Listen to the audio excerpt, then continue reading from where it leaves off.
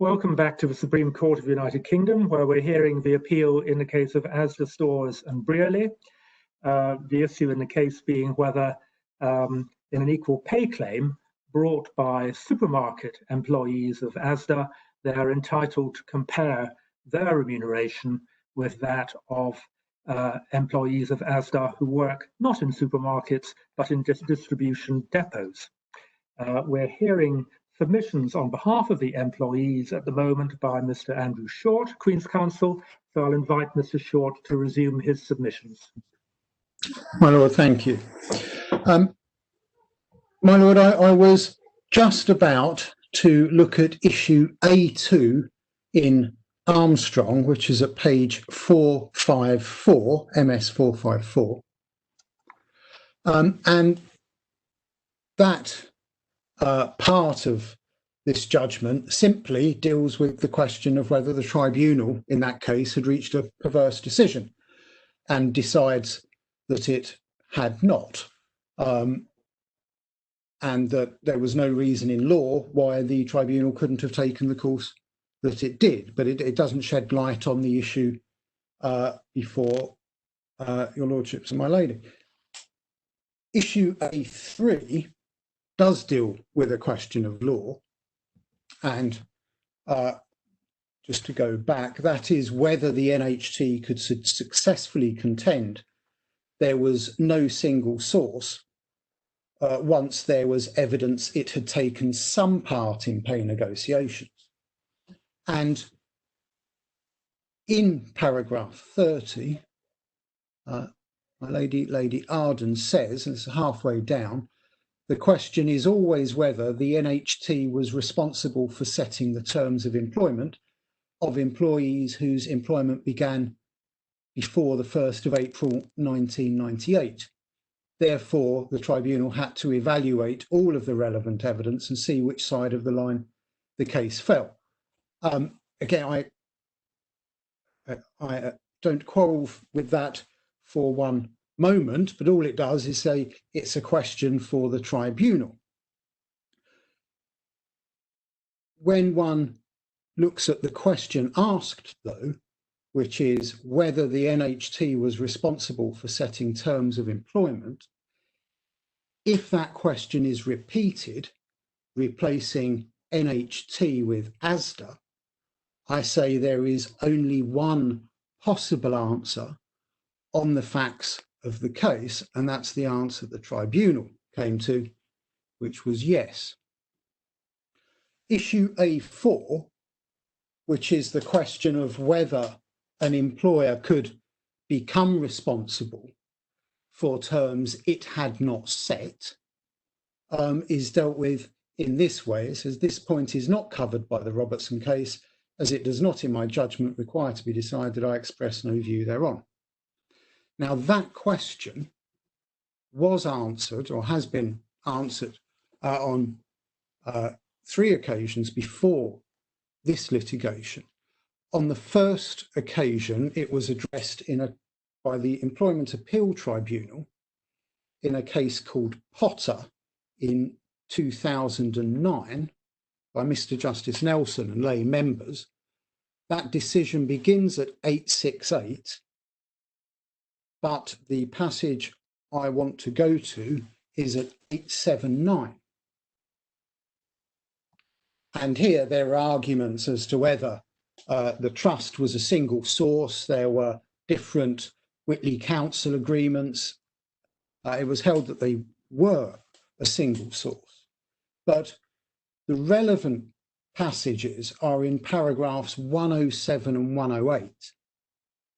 Where Mr. Justice Nelson says this: the Employment Tribunal set itself the correct task in law by asking who was the body responsible for the inequality and which could restore equal treatment as set out in Lawrence, paragraph 18. They rightly noted it was not enough for the claimants to show that they had the same employer as the comparators, as was stated in both Armstrong and Robertson. They were also, in our judgment, correct in finding that when Lord Justice Mummery in Robertson and Lady Justice Arden in Armstrong referred to the body responsible for setting the terms of both groups of employees, they did not mean responsible for creating the inequality. Were that to be so, no equal pay claim could be brought where a trust had merged with another. Both Lord Justice Mummery and Lady Justice Arden were expressing the same concept as set out in Lawrence in slightly different terms. And in my submission, that is a powerful point, because otherwise, in the event of a 2P transfer, there could never be any responsibility. If it was necessary to have created a differential, there could never be any responsibility on anyone to remedy the discrimination, no matter how clear it was that there were discriminatory regimes. But Asda's submissions go far beyond this, because if it is important to identify which manager sets pay for particular groups or which committee sets pay, it does leave very real problems in the event that one manager leaves and is replaced by someone else, or if a committee is disbanded or reformulated with different members. And on Asda's approach, there would be no one responsible and nothing to be done, no matter how obvious it was that the disparity resulted from sex discrimination. And it is no wonder that that notion was rejected in Potter, but it's also been rejected since in the Glasgow City Council litigation. And this concerned Glasgow City Council, which had set up limited liability partnerships. They were called, or they're referred to as ALEOs, or arm's length external organisations, to carry out some of its functions. And a claim was made by their employees, comparing themselves with employees of the council, direct employees of the council. And there were two issues. The first was whether the LLP and the council were associated employers, and it was held that they were ultimately, because a purposive approach was taken to the expression company that appears in the legislation. But more importantly, for our purposes, the Employment Tribunal held that there was no single source, as the council only exercised strategic control over the pay of the employees of the LLPs and did not actually set the rates. Now, that decision was overturned by the EAT when it was known as Fox Cross, and that was an employment appeal tribunal comprising Mr. Justice Langstaff as president and lay members. That decision appears at MS 821, but the analysis that I rely on is at MS 841.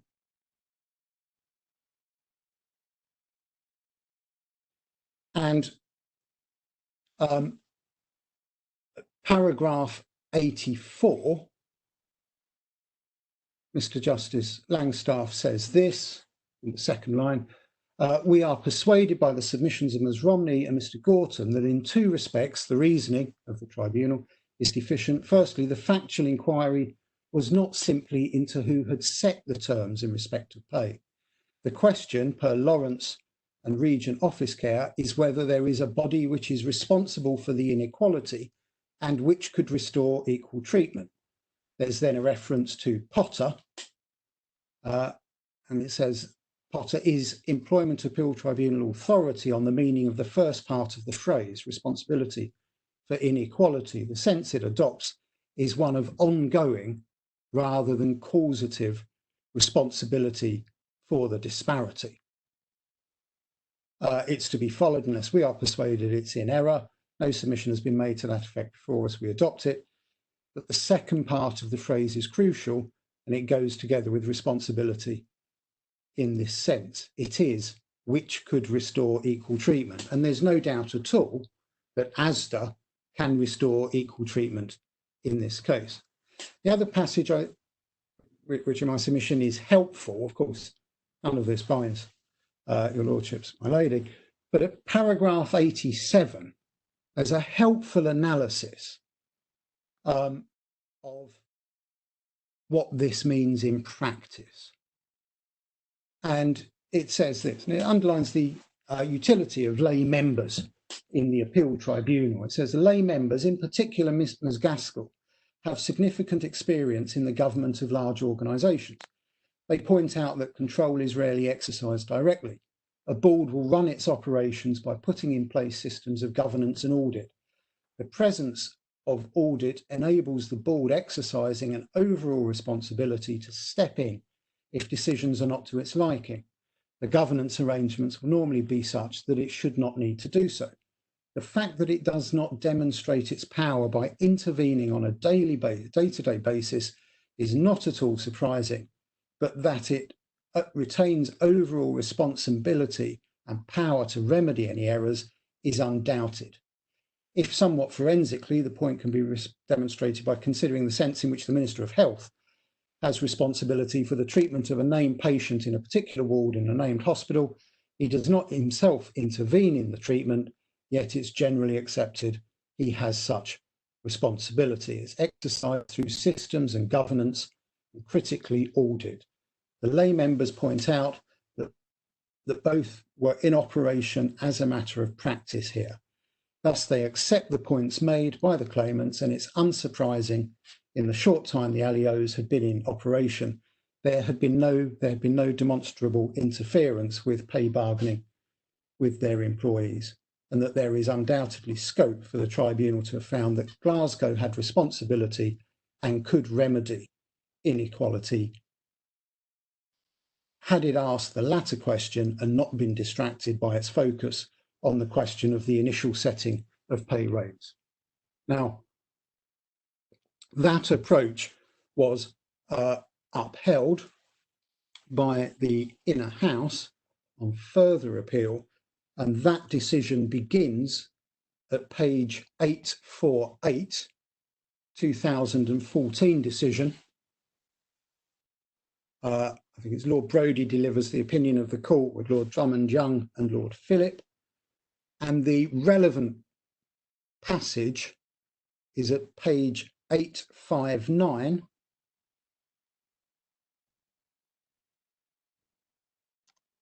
and it's at paragraph 49, but it's helpfully I'm going to start at the top of the second column, beginning with the words according to the tribunal. And it said, according to the tribunal, it was not enough to be a single source that a body retained legal power to remedy disparity in pay if that power was not in fact exercised. As the tribunal had found that Glasgow had, as a matter of practice, restricted its control over the ALEOs to a strategic level, it was to be regarded as the equivalent of the Crown in Robertson. In our opinion, the tribunal's decision is based on a misreading of Robertson and the decision of the Court of Justice in Lawrence against Regent Office Care, upon which Robertson is based. As Lord Justice Mummery explained in Robertson, supra at paragraph 29, the correct approach is to determine whether there is a single source setting the relevant terms for the relevant employees. The single source is the body which is responsible for the inequality, and could it restore equal treatment. Consideration must be given to responsible for the inequality, but for present purposes, the focus is on which could restore equal treatment. Based on its reading of Robertson, the tribunal took the view that irrespective of whether it had power to do so, if in practice Glasgow did not concern itself with the terms and conditions of those employed by Parking and Cordia, then it could not be held to be a single source. That is not what is said in Lawrence, and it is to fail to have regard to the facts in Robertson, where the power to negotiate and set most aspects of pay of the civil service employed in DEFRA was specifically delegated by the Minister for the Civil Service by statutory instrument. And so in my submission, it is a correct analysis to say that the focus is on the second part of the statement, who could restore equal treatment, but the first part of the test, responsibility, is in the sense of can be held responsible or can be held accountable in the way that phrase is used by the Advocate General in Lawrence, and it does not reduce to a limited inquiry as to who in fact set the terms. The final authority I'll refer to on this point is North, which deals with things very quickly, and that's at page 551 at paragraph 41.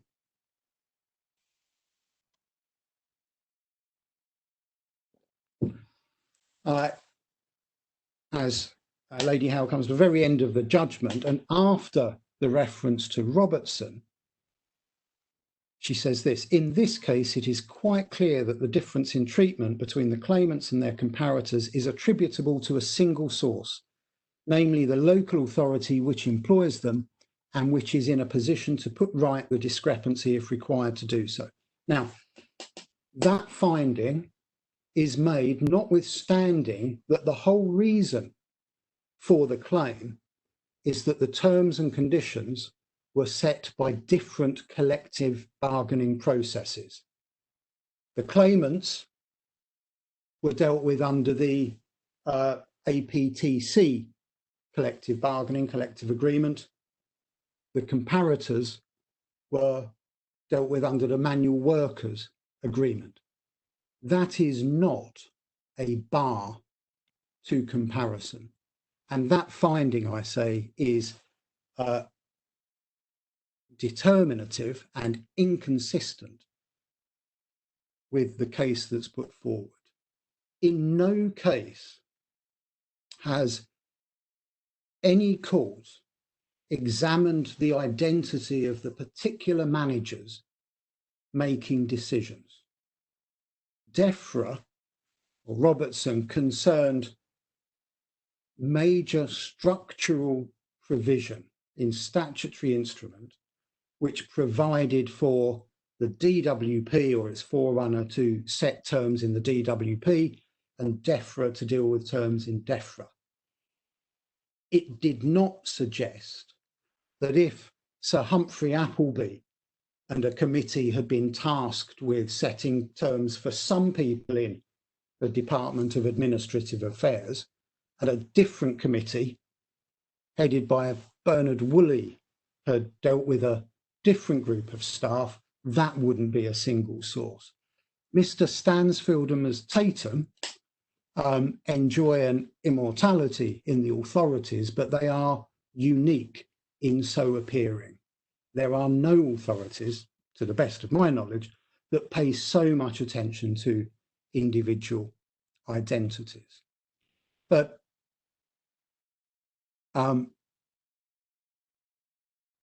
that's what I say in relation to the domestic authorities. I did refer earlier to Enderby, and I will go to that now. It's at page 1244. It used to be regularly referred to as an example of extremely complicated equal pay litigation, but in essence, it concerned claims made by speech therapists who were predominantly women, overwhelmingly women, and pharmacists who at particular grades were overwhelmingly male.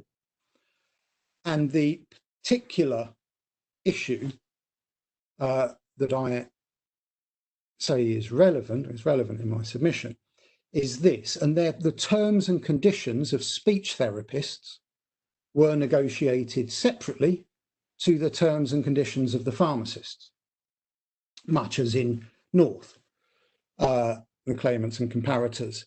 And at page 1294,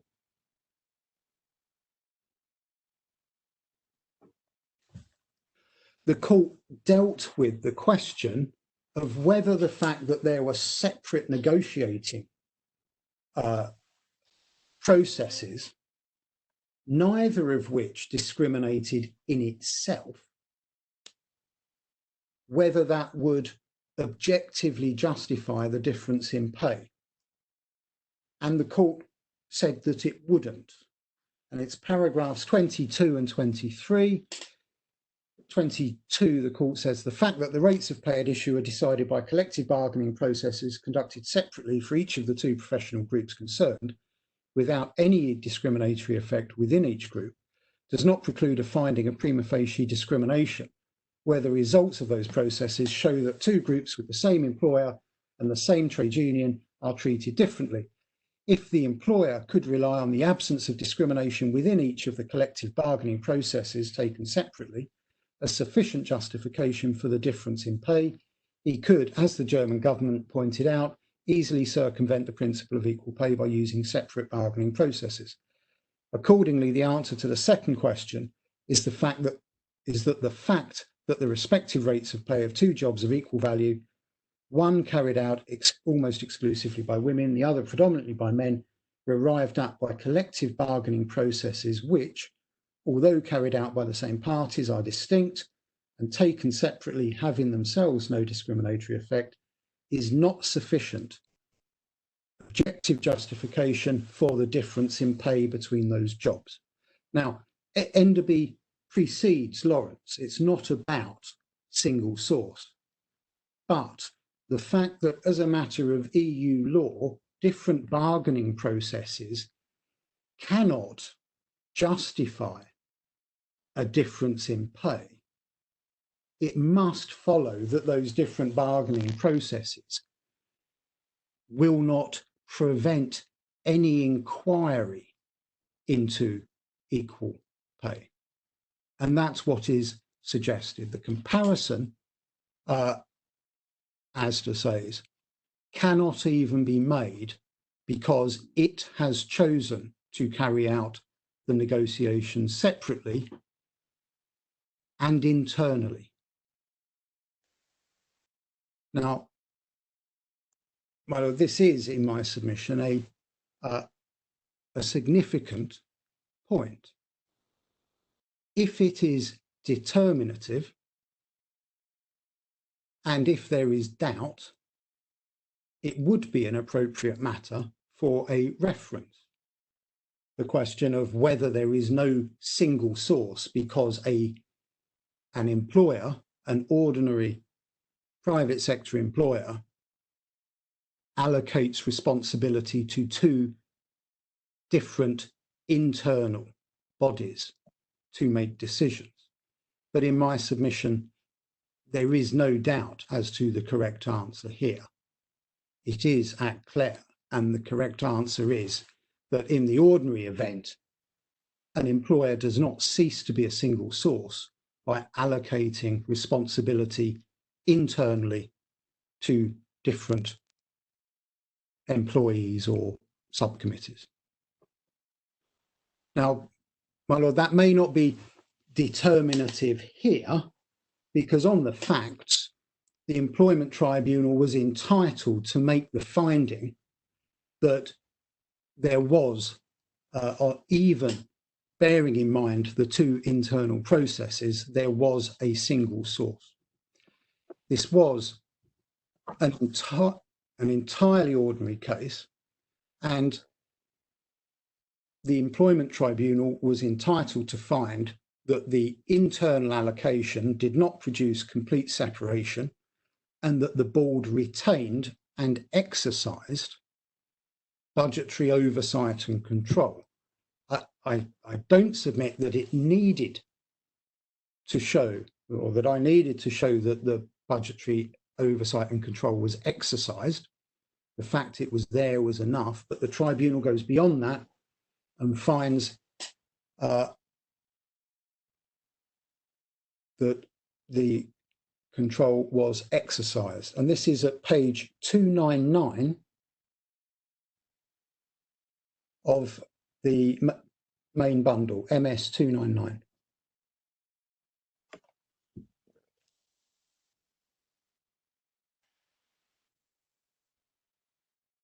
and it's paragraph 184, and I'm going to go through the findings of fact. 184, the employment judge said, I agree that the evidence here demonstrates that a single employer has allocated responsibility to different internal structures for the purposes of setting terms and conditions. Those internal structures, that is to say the persons or group of persons in retail and distribution who are given the task of setting terms and conditions, do so under the authority and are responsible to their common employer embodied in the executive board of the respondent. And the employment judge then sets out to distinguish that from the Robertson case. My lady Arden. No, I wasn't, sorry. I was just, I was not asking a question. Thank you. I'm sorry. But yeah, in the remainder of 184 is the employment judge's reasons for not applying Robertson. At 186, he deals with a particular point that was raised. It was suggested there couldn't be a single source because Walmart could overrule Asda, but that's not being pursued. At paragraph 187, it says submissions at paragraphs 12 and 13 on page 37 of the claimant's closing argument provide support for those conclusions. They're supported, in my judgment, by indications of central control, or to put it in an alternative way, an absence of true autonomy in the findings of fact set out in the earlier passages. And then he refers to several passages in relation to retail and says, perhaps more significantly are the facts set out at paragraphs 40, etc. I will take the court to those, since it is autonomy in relation to the setting of distribution terms on which the respondent seeks to rely. 189, I do not understand it to be argued by the respondent that if there was unlawful inequality of terms and conditions, that it does not have the power to restore equality.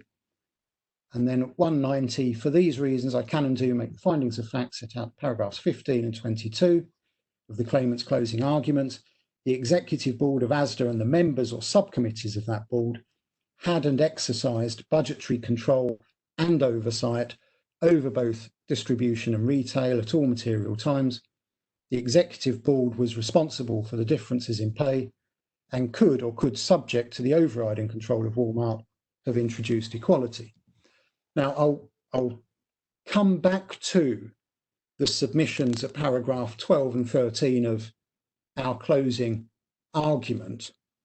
But first, I will, before I look at that, I'll go through the various paragraphs referred to in relation to distribution. And they start at page MS 265.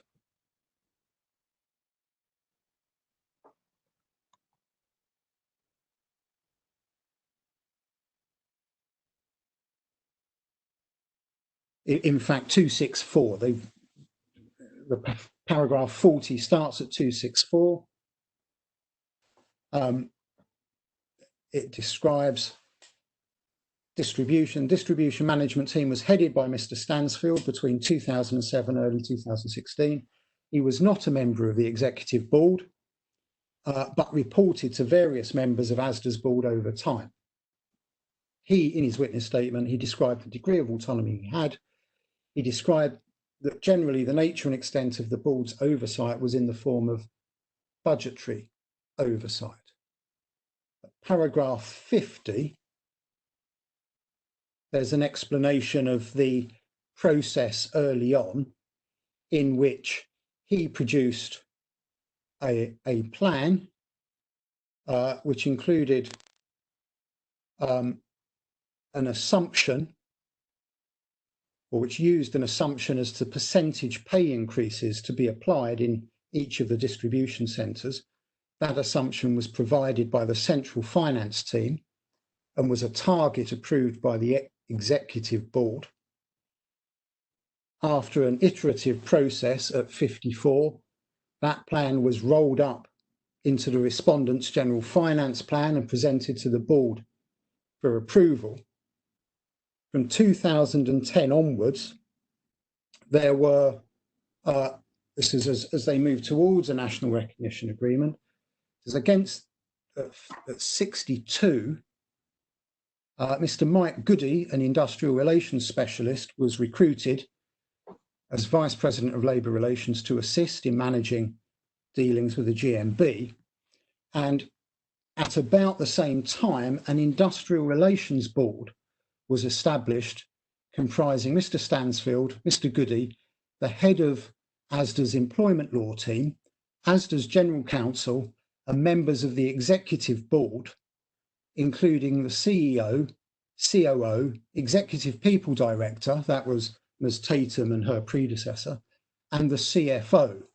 Now, it's not in the findings of fact, but it's an agreed fact at paragraph 37 of the Statement of Facts and Issues at page MS44, that the CFO was on the board to allow for swift decision making on the Industrial Relations Board.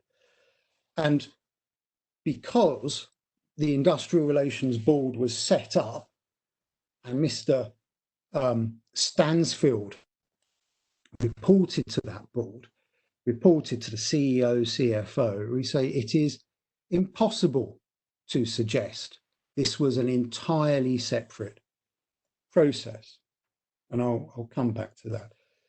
At 66, you'll see it says that Mr. Stansfield's proposals went to the executive board in general terms. The executive board decided that the proposed strategy should go back to the Industrial Relations Board for discussion and approval there. We're pausing there, of course, many of the members of the executive board, the CEO, CFO, COO, were also members of the IR board. That approval was granted. Mr. Stansfield was then free to conduct the negotiations. He regularly updated the IR board. He did not go back for approval on any aspect of the deal before it was agreed in March 2012. At 67, there was an interim offer that needed to be funded because it had exceeded overall budget, discussed and agreed at a meeting of the IR board. Approval was obtained by Asda's CFO. And then finally, one goes to paragraph 84. This is pay negotiations in 2014. As before, Mr. Stansfield was required to operate within a budget approved by Asda's central management. His team negotiated with the GMB, although he updated the TRS/IR board.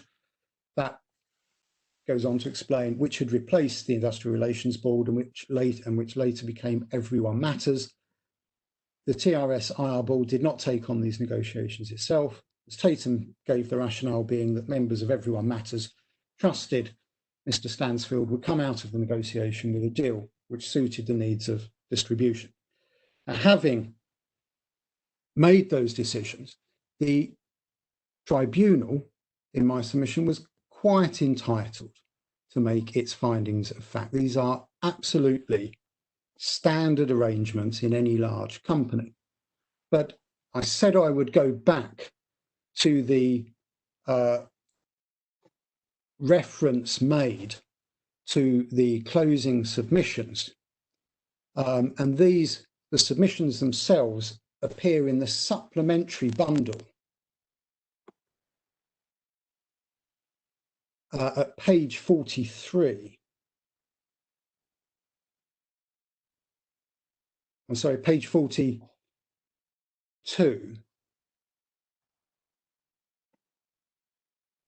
And here we set out the case. And refer to Fox Cross, paragraph 11, paragraph 12. In this case, no doubt subject to the control of the parent company, senior management were able to control matters for both retail and distribution, budgetary control and oversight over distribution. But 13, we refer to various documents. And the second of them, this is 3 lines down. Mr. Stansfield could not explain the document referring to there being overarching control of both retail and distribution as a reference to a document at D1132. That is in this supplementary bundle at page 291.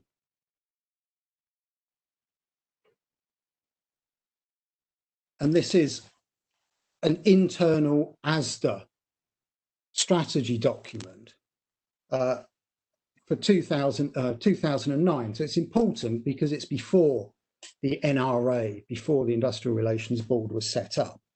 And the background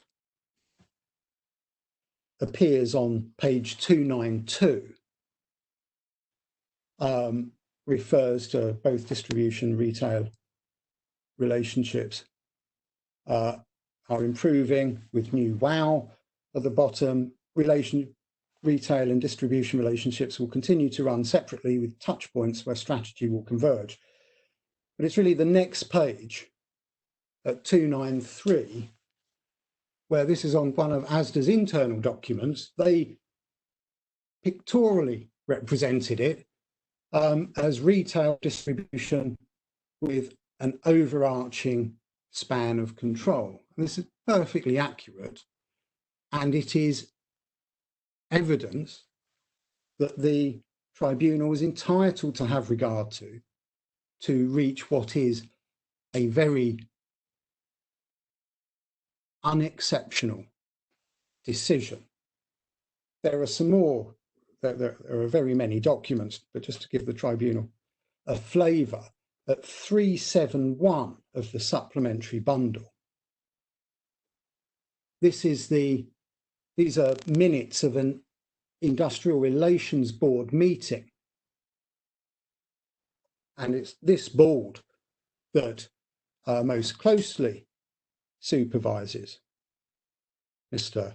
Stansfield, this board to whom he reports. And they were plainly not just concerned with depots and distribution.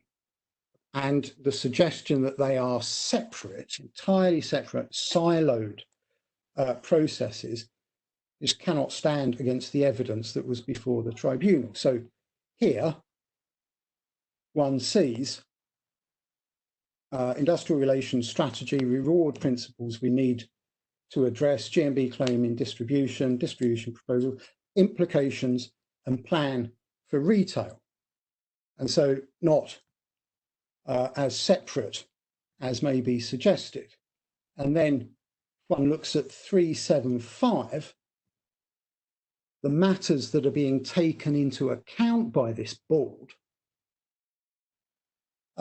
when dealing with the proposal for distribution includes a concern for the implications for retail. And 1, 2, 3, 4, 5, 6 paragraphs, has 6 paragraphs of the total reward model, making clear the link between pay and other areas of employee reward. But then 6 paragraphs down, it says, in addition to the above approach, we need to recognise that the approach needs to be tailored for different employee groups. This means that different employee groups are likely to have different needs and priorities, although we cannot ignore any of the elements as they all create value. For example, whilst pay will be the main priority for breadwinners, flexibility may be a key benefit along with work-life balance for second incomes or those with child or elder care responsibilities. Now, this shows that it is not simply an industrial relations board looking only at distribution. These are members of the board as a whole who have oversight in relation to all areas of pay, all relevant areas of pay. And that is more than enough to support the tribunal's findings of fact.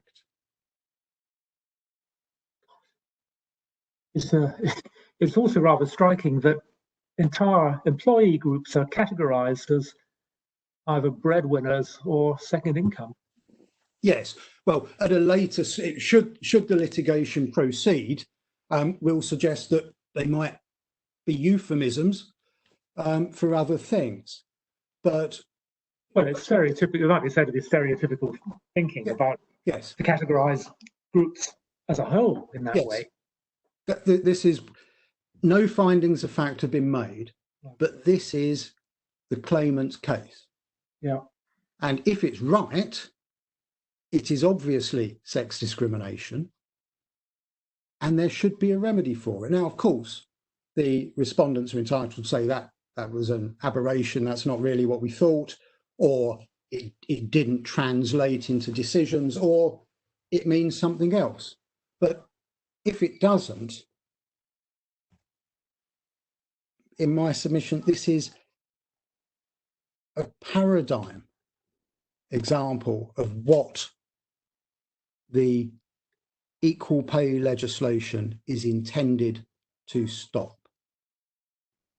And the fact that Mr. Stansfield himself only dealt with distribution, although the other members of the IR board, that's not the case, doesn't stop that inquiry being undertaken. Now, my lord, that's what I have to say in relation to the question of single source.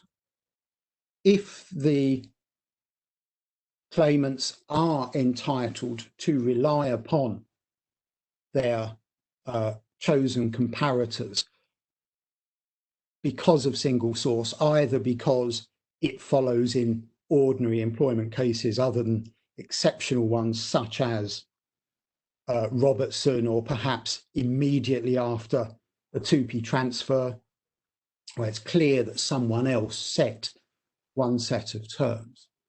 Then the next question is the effect that has on this area of the law. And there's really common ground, I think, between myself and my learned friend Lord Panic. The question is whether the Act can be construed to permit the comparison without going against the grain of the legislation. That's the limit of the common ground, because we disagree as to what that means in practice. But in my submission, it is not a very, I've heard the expression, it's not a very, probably inappropriate given the nature of the litigation, it's not a very muscular use of mar leasing to make the sort of change that would be necessary here.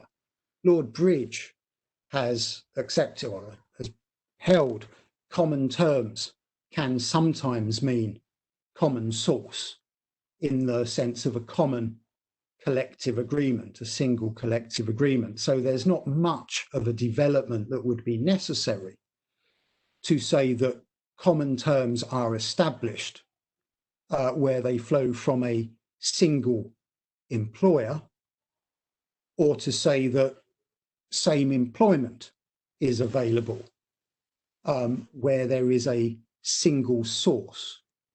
That does not cut across the approach, it does not go against the grain of the equal pay legislation, because the purpose of section 1.6 in my submission is to enable additional comparisons to be made.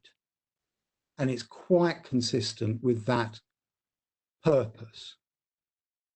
If any strain is needed, then words can be inserted to that effect. But in my submission, that's not really what's important. It's just possible to take a broader approach here to allow these comparisons to be made. Direct effect, I accept that is only relevant if it's not possible to construe the Act in conformity with EU law. I'm not going to make detailed submissions on this, but but there are perhaps 2 points I can helpfully make, both from the case of Warringham, and that is, I think, in the core bundle at MS 667, or at least the relevant part of the Advocate General's opinion is at 667. And I only rely upon it because there is some puzzling dicta in the Defrenna case, which is referred to here. It may be of assistance to point this out. But at A and B on 566, the Advocate General refers to the distinction in Defrenna between direct and overt discrimination and indirect and disguised discrimination. And that's puzzling because in due course, direct discrimination and indirect discrimination became terms of art that are being used in quite different ways to those expressions where they appear from Defrenna. And he explains he finds the distinction puzzling because what became indirect discrimination had been referred to as covert discrimination in some of the earlier cases that are set out, Sotgoy, Commission and Ireland. And I think he was simply asking the court to clarify that position going forward, which is done. And it's now clear, I think, that in Defrenna, the references to direct and indirect discrimination are not references to those forms of discrimination as are now understood. It was instead a reference to discrimination that the court could identify using the principles, i.e. discrimination where there was direct effect, and discrimination that was more sophisticated and which a court couldn't identify. Now that's only part of the background, but the court's judgment starts at 687. The material part is at 690.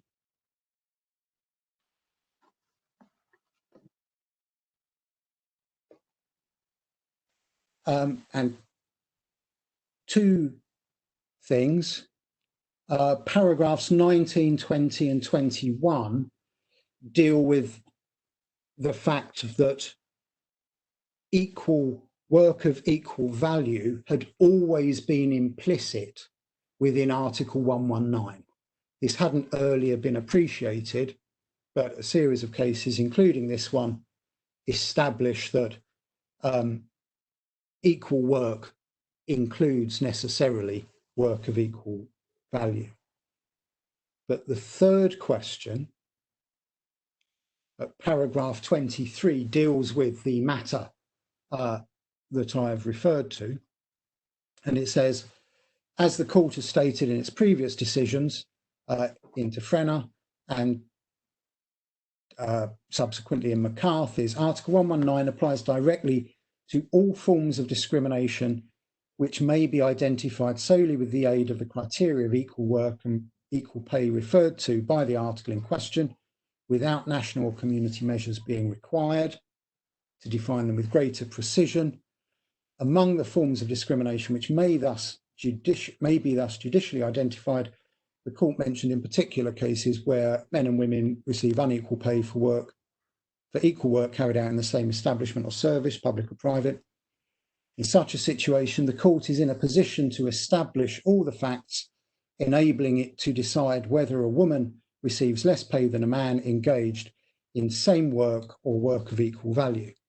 And the same points are made at paragraph 27. Now, whether that's right or wrong, in my submission, it seems very likely that this is why the European Court has decided not to seek an Advocate General's opinion, because it considers that no new point of law is raised, because this is the most clear expression of direct effect in relation to equal value.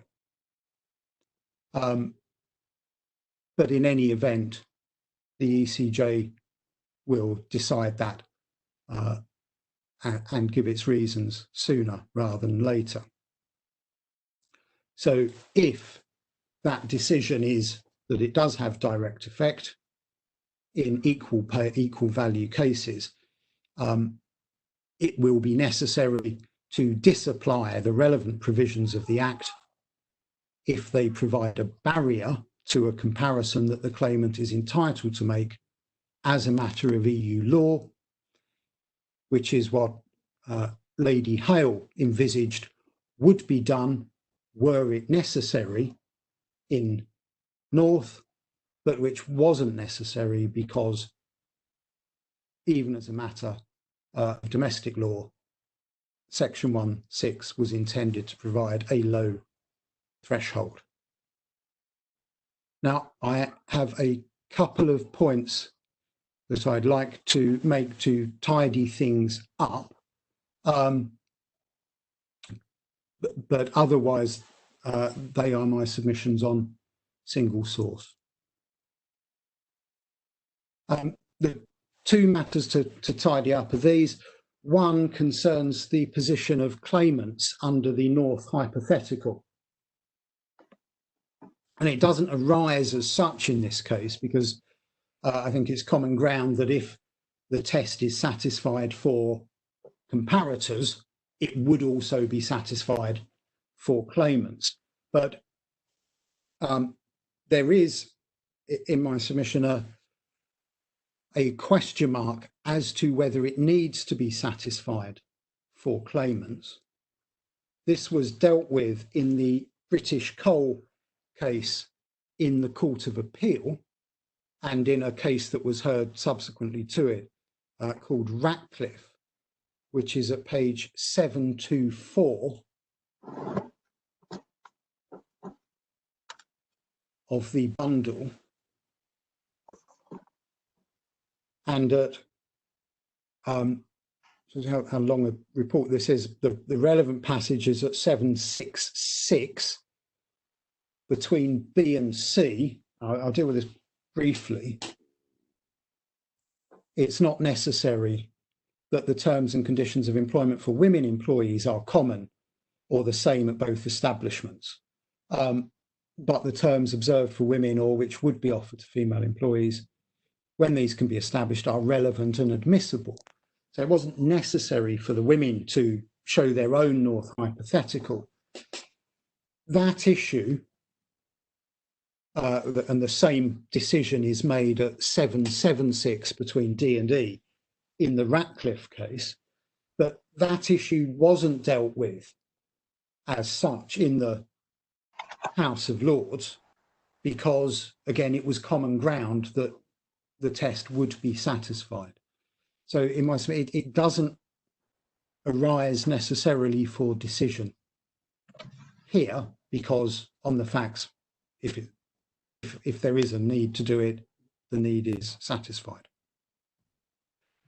The second point, which I should have made earlier when I was dealing with the North hypothetical, was the suggestion that the employment judge was wrong to take into account his view that the comparators, the depot workers, would give up their better terms and conditions upon a move.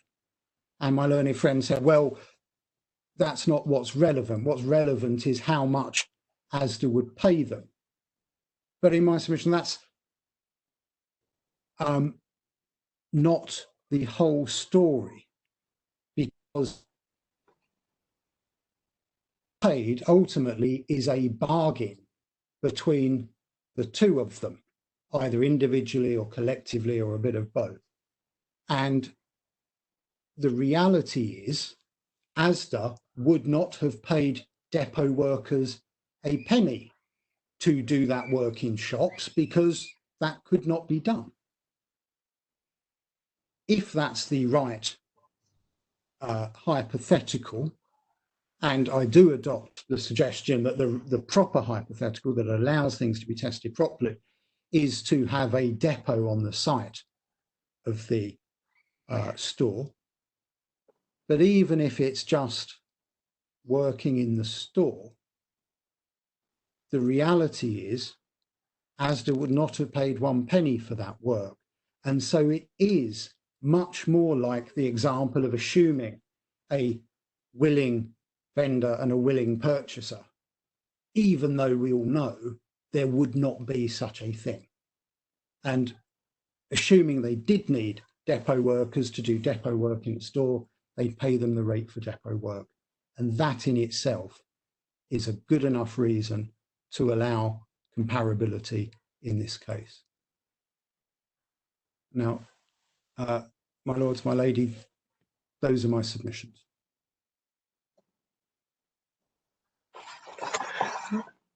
Thank you very much indeed, Mr. Short.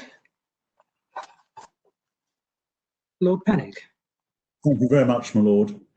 My friend began his submissions by contending that Section 1.6 should not be allowed to impede the furtherance of the social aims of this legislation. And he drew attention to the prevalence of job segregation.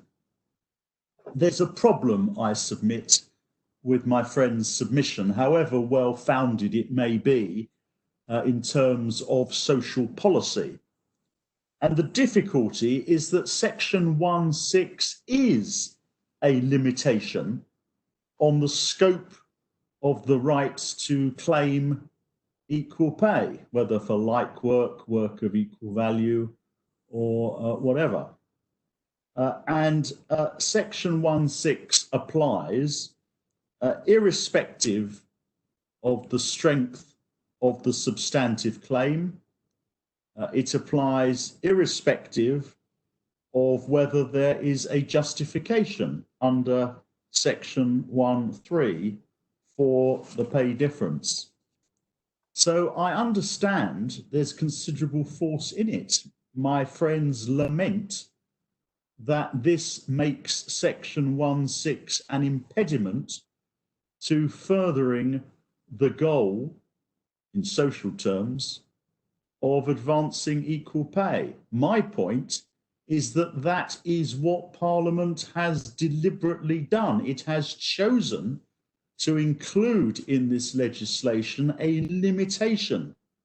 And it's a limitation which applies when the claimant and the comparator do not work in the same establishment. My friend then suggested that the purpose of Section 1.6 is to prevent cross-establishment claims only where the employer can provide an explanation or a justification based on geography and which is not an explanation linked to sex discrimination. The difficulty with that approach to the interpretation of Section 1.6 is that it makes Section 1.6 meaningless because Section 1.3 already provides a defence for the employer if the employer can show a justification other than sex. And indeed, yes, my lady, Lady Arden has a question. Could I just ask you this question? On the policy of Section 1, subsection 6, I understand the argument, but Leviton had already established the policy along the lines that the respondents suggest, and that was in 1989. So since Parliament reenacted the Equal Pay Act in very similar terms, and neither of you suggests there's any substantive difference, isn't Parliament to be taken to have approved the direction of travel that the courts were taking? My answer to Lady Arden is that Lord Bridge in Leverton was giving two examples of circumstances in which Section 1.6 would apply. His Lordship is not saying, was not saying, that Section 1.6 only applied in a case where the employer could establish a justification for the difference that was not a difference linked to sex discrimination. That's not what Lord Bridge says. Lord Bridge adopts a much more neutral approach, and he gives, in my submission, two examples of the sort of circumstance in which Section 1.6 would apply. And indeed, I would submit that if Section 1.6 were concerned only with cases where the employer can prove a justification based on geography and not on sex discrimination, Section 1.6 is drafted in a very strange manner. Section 1.6, let us not forget, focuses on common terms and conditions being observed. That's the word. Observed in fact. It's not concerned with justifications. And I do not accept that any of the cases that the court has seen, certainly at the level of the appellate committee and this court, suggest that Section 1.6 only applies where the employer can show a justification other than sex. On the contrary, the whole point of British Coal and of North in developing the North hypothetical is to provide a principle by reference to which common terms and conditions can be assessed. The North hypothetical would be redundant if the question were a much simpler question: can this employer show a geographical or other basis other than sex? So with respect, I don't accept that limitation, if that's what it is, on the scope of Section 1.6. My friend then relied on British Coal Corporation. Could I take the court back to it? Because I do accept the point made to my friend by my Lord Hodge, by the Deputy President, as to what the test is. British Coal appears, the relevant passage, at MS 477, and it's page 526 of the law report, MS 477, and it's between letters F and G.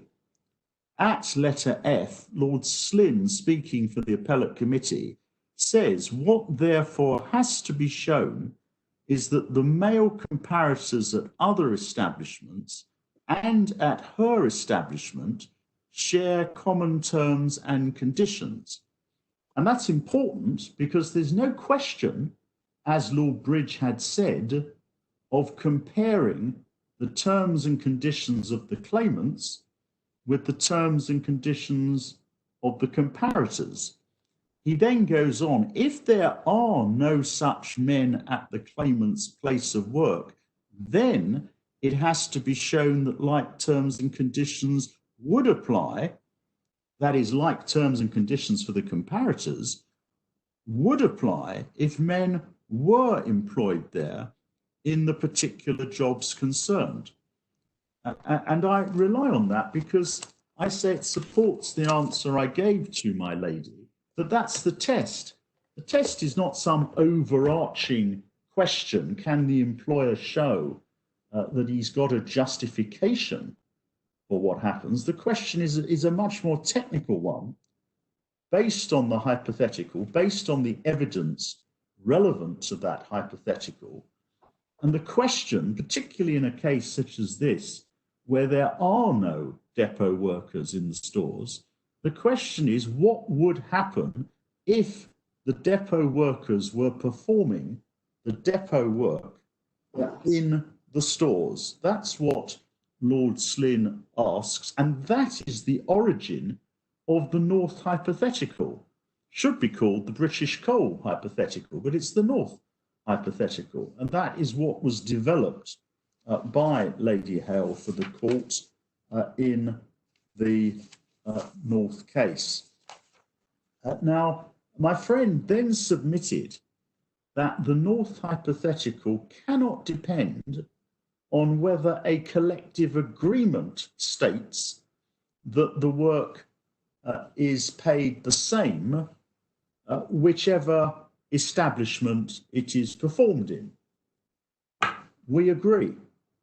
We're not suggesting that there has to be a collective agreement. My point was that that is one way of establishing that the North hypothetical is satisfied.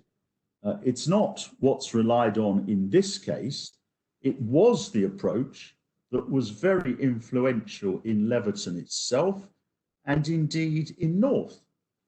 My point is not that a collective agreement is the only way. My point is that in the absence of reliance on a collective agreement, the claimants need to prove the North hypothetical in some other way. They need some other evidence. My friend then says the North hypothetical sets a low threshold. But however low it is, there does need to be a correct approach in law by the tribunal and a proper assessment of the evidence. I would, in this context, respectfully question the analysis that was put to my friend for the purpose of argument by my Lord Legate. And your Lordship's question, if I understood it correctly, was that what we should be postulating is the store being turned into a depot. What would then happen? And if that's the suggestion, I would with respect question that for this reason, that it would defeat the object of the exercise of the North hypothetical. Because the object of the exercise is to identify whether the depot workers would continue to enjoy their depot terms and conditions if they worked in the claimant's establishments, that is the stores, where distinct terms and conditions otherwise apply. That's the point of the North hypothetical. It is to identify whether what explains the distinct terms enjoyed by the comparables is the establishment that they currently work in. And you have to ask the question, how would they be treated if they did their current work in the claimant's establishment in order to identify whether it is the establishment which makes the difference. Now, Mr. Short, my friend, then says, well, the depot workers receive the same terms wherever they work. That's the current position. But that does not determine the North hypothetical question. Because, as I've said, the question is whether they would hypothetically receive the same terms if they were working in a different type of establishment, that is the store. And this is the main point of distinction between us. And it's the main point of distinction because although we're dealing with a hypothesis here, we do know one central fact. And the one central fact we say of enormous significance is that those who work in the stores receive the same terms and conditions, all of them, with very few exceptions, the same terms and conditions, including pay, for reasons, as the evidence establishes, for reasons of consistency, simplicity, and fairness. And those who receive the same pay because they work in a store include those, as I showed the court yesterday, almost all of them men, who unload the lorries in the stores. Now, my friend doesn't address that evidence. I say, in the light of that undisputed evidence, that there is a consistency within stores, I say it cannot then be assumed, without strong evidence to the contrary, that if depot workers hypothetically did their work in the store, they would be treated differently to the vast majority of people who do work in stores and who receive the same pay terms and conditions for these reasons of consistency, fairness, and simplicity, and fairness and consistency. Indeed, if hypothetically the depot workers working in the store doing the depot work were to maintain their existing terms, that would defeat Asda's objective of consistency, simplicity, and fairness within the stores. There's also the point, it's not central to my submissions, but I should make the point that in any event, I made the point yesterday, depot workers did not receive the same terms whichever depot they worked in up until 2012. And my friend relied upon Lord Faulkner's answers to the tribunal chairman at MS 39. I won't take the court back to it, but my friend omitted, with respect, the relevant lines on MS 39, lines 13 to 15. Lord Faulkner is only dealing with post-2012, which was the point I made yesterday. There were differences up until 2012, and that's important for the assessment of any claim here. Then my friend says, well, there's a question for you, Lord Pennick. Yes, I'm sorry, I apologise. Sorry, I just wanted to ask you on that, Lord Pennick. He didn't only rely on Lord Faulkner's answers, Mr. Short. He also relied on an assertion that this point wasn't taken by Asda as a ground of appeal in the Employment Tribunal or the Court of Appeal, and it's too late for you to bring it up now. What do you say about that? Well, it's a strange submission with respect that it wasn't taken in the Court of Appeal, because it's expressly dealt with in the Court of Appeal in the passage that my friend took the court to. The passage was at MS 181 at paragraph 82. At paragraph 82, there's a reference to the point that there's then a quotation from the reasons and Mr. Short's submission in relation to that. So the Court of Appeal didn't regard the matter as being excluded from consideration in the Court of Appeal. The Court of Appeal relied on what was said about Lord Faulkner's concession. That's my answer. My friend then said, well, the North hypothetical poses a question of fact, and it's a matter of fact for the tribunal. I've given the court what we say is the central fact about people being paid the same in stores for reasons of simplicity and fairness and consistency. And I've made the points I made in opening about the, with respect, inadequacy of paragraph 117 of the factual findings by the tribunal, which ignore most of the evidence. My friend relied on the the re-examination of Ms.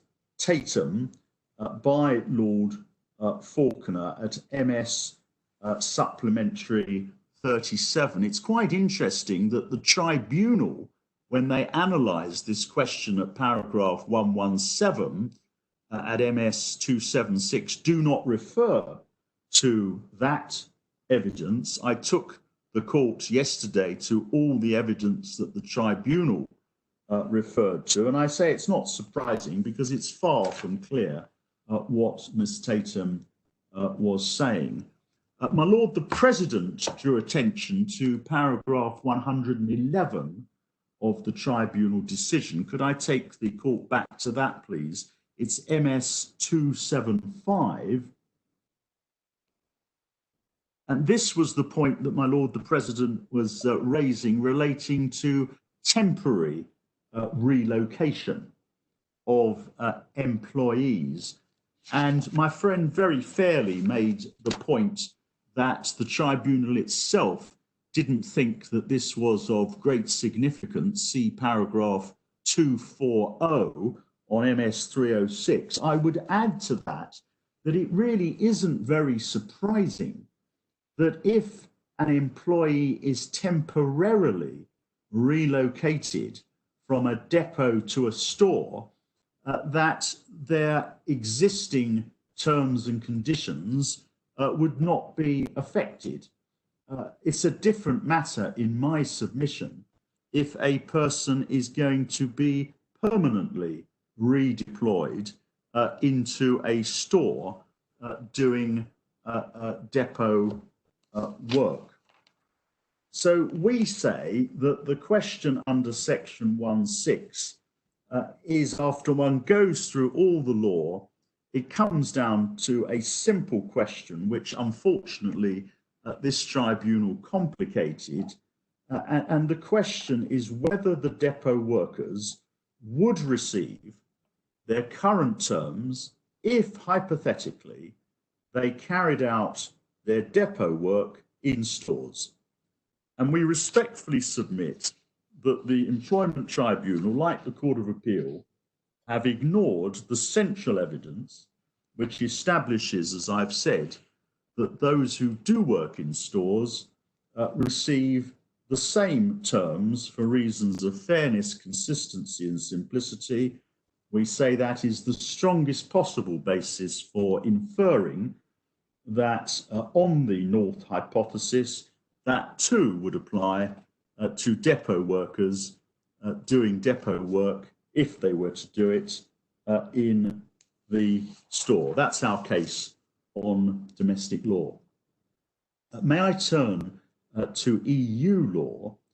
Can I confirm what my friend said he understood, which is we are not disputing that single source is the central criterion as a matter of EU law.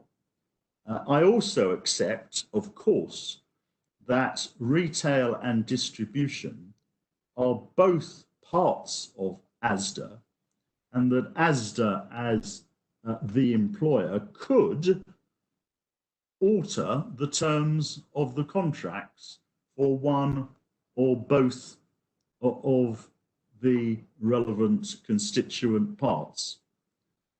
The question I suggest to the court is whether EU equality law allows an employer to confer autonomy and to delegate in practice responsibility to distinct areas of its business when it does so for genuine business reasons and not to avoid equality law, which is the express finding of the tribunal in this case. See paragraphs 120 and 127 of the Employment Tribunal judgment.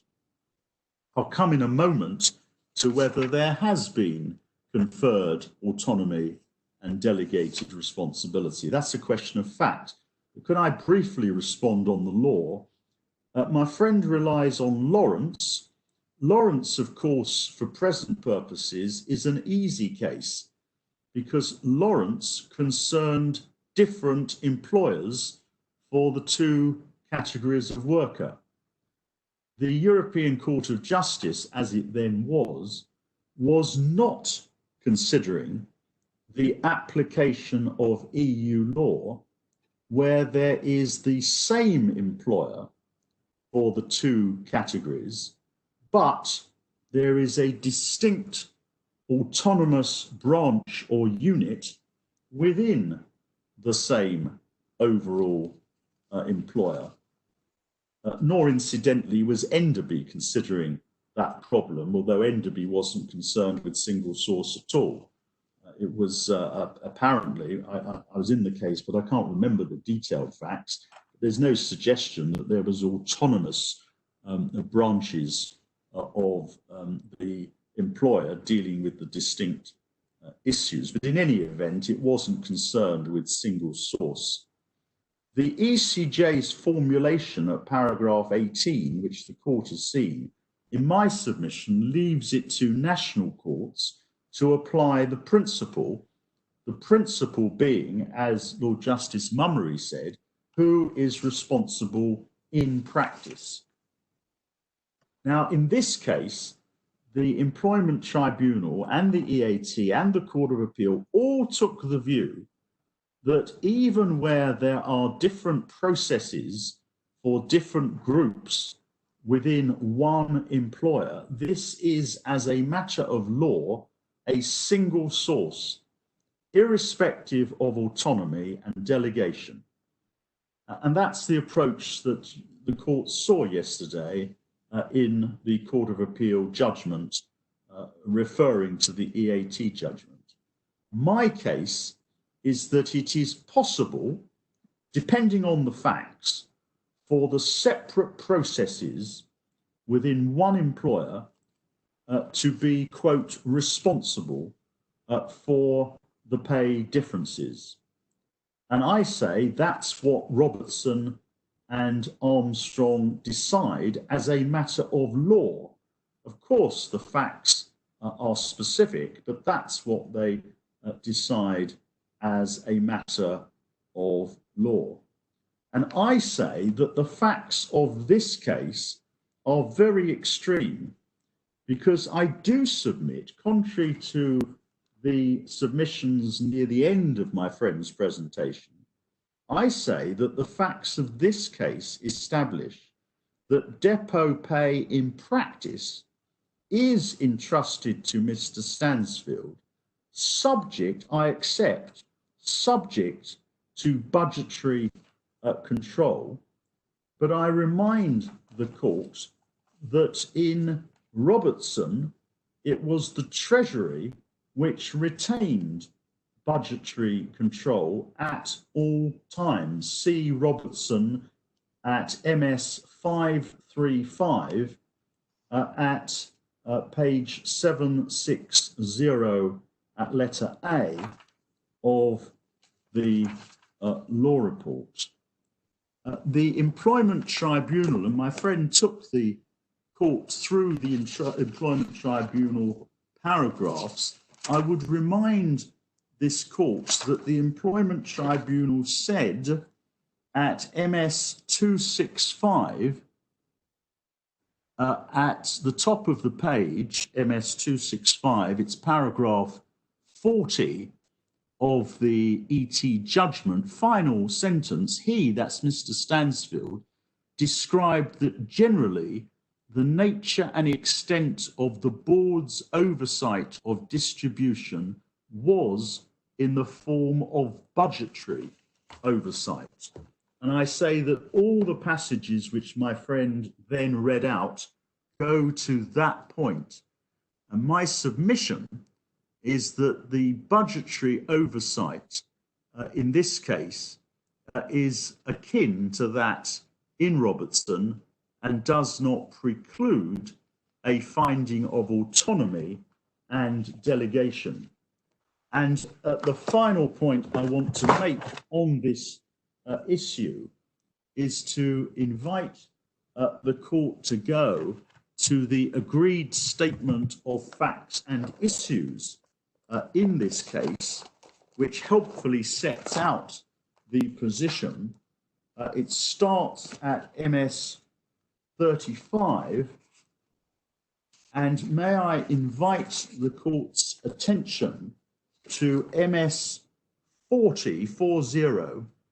At the bottom of the page, there's a heading, Terms and Conditions in Distribution Depots before 2010. Paragraph 21 tells us that before 2010, terms and conditions in distribution depots were largely determined on a local site level. At paragraph 23 on MS 41, there's a description of the letters and the variations. At 24, prior to 2010, pay and terms and conditions were reviewed annually or biannually by the local management teams at each depot, with input and further review from regional distribution management and Mr. Stansfield's team. At paragraph 36 on MS 44, there's the reference to the move towards national collective bargaining in relation to depots. At paragraph 43, there's the reference to pay rates continuing to be set separately for each depot. That's until the NRA came into force. And then this, at 44, a new pay deal was negotiated by Mr. Stansfield's team and the trade union in 2014 in accordance with the machinery provided for in the NRA. In those negotiations, Mr. Stansfield was, as before, required to operate within a budget approved by Asda's central management. He updated the board, and my friend referred to that. The board did not take on the negotiations itself. The deal was approved in a ballot process, and all the depots except Didcot had exceeded. So I say the true position, as set out accurately in the agreed statement, is that Asda at central level certainly controlled budgetary constraints, but otherwise there was substantial, effective autonomy and delegation. And I say that is sufficient for my purposes. If I'm wrong on that, there are two routes to success for my friends, as my friend indicated. The first is a favourable construction of Section 1.6. I repeat my submission. We have enormous difficulty with respect with this. If the claimants are correct on the substance of EU law, then my friend's submission is and has to be that it suffices to satisfy Section 1.6 that there is a single source, which means, he says, the same employer. But if that's the law, EU law, it cannot be achieved by a process of interpretation of Section 1.6 without negating Section 1.6 itself, because the Act would mean the same with or without Section 1.6. It would mean as long as you have the same employer, you can bring a claim across establishments. And that is exactly what Section 1.6 is designed to prevent. Finally, on direct effect, and I'm not sure how useful it is to respond to my friend's points on direct effect, can I simply say this, that he relies on Warringham, but post-Warringham, there was further analysis by the Advocate General in Commission and the United Kingdom, which was the very case which established that the United Kingdom was in breach of EU law by not having at all an equal value provision. And the Advocate General, I won't, given the time, take the court to it, but can I give the reference at MS 1222, the Advocate General explains at pages 583 and 584 of the law report, it's MS 1126 and 1127, that equal value is not a subject for direct effect. And the reason for that is that there are no European criteria for implementing equal value. It's a matter entirely for national courts and tribunals. And that advice from the Advocate General post-dates by a year the Warringham judgment. So I say that there are two strands, and there's other authorities as well, but there are two strands of European authority on direct effect and equal value.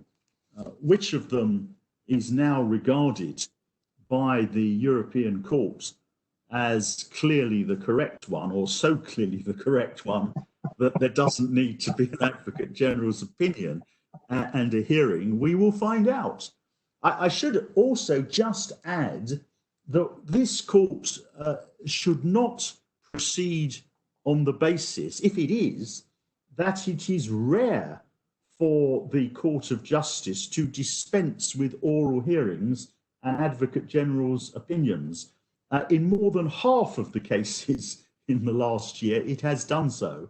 And that, it is commonly thought, probably accurately, is a reflection of that court's belief that oral advocacy is not of enormous help to it. It can reach the answers all by itself. It doesn't need the assistance of lawyers, certainly with oral advocacy. I hope in this case that the arguments of my friend and myself have been at least of some assistance, subject to any further points on which I can try to provide assistance, and subject to Mr. Cooper telling me and Ms. Higgins, which they don't. Those are my submissions. I'm very grateful for the court's patience with me.